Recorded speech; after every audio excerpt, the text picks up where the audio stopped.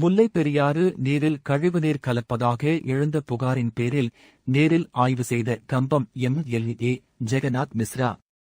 தேனி மாவட்டம் மட்டுமின்றி மதுரை, திண்டுக்கல், சிவகங்கை மற்றும் விருதுநகர் உள்ளிட்ட 5 மாவட்ட மக்களின் குடிநீர் ஆதாரமாக விளங்கும் முல்லைப் பெரியாறு அணையில் இருந்து தமிழகத்திற்கு வரும் ஆற்று நீரில் கழிவுநீர் கலப்பதாக எழுந்த புகாரின் பேரில் கம்பம் தொகுதி சட்டமன்ற உறுப்பினர் ஜெகநாத் மிஸ்ரா நேரில் ஆய்வு மேற்கொண்டார்.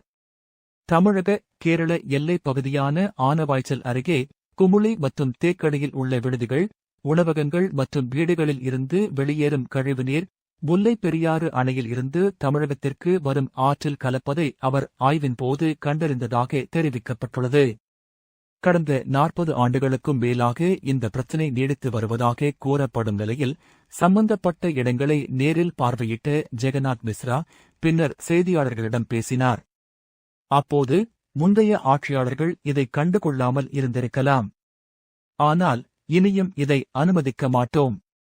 சம்பந்தப்பட்ட அதிகாரிகளிடம் உடனடியாக நடவடிக்கை எடுக்க வலியுறுத்துவோம். மேலும் தமிழக வெற்றிக் கழகம் மற்றும் கேரள தமிழக வெற்றிக் கழகம் சார்பில் இணைந்து போராட்டம் நடத்தப்படும் என்று தெரிவித்தார். இந்த விவகாரத்தில் அலட்சியம் காட்டிய அதிகாரிகள் மீது கடுமையான நடவடிக்கை எடுக்க வேண்டும் என்றும் அவர் வலியுறுத்தினார்.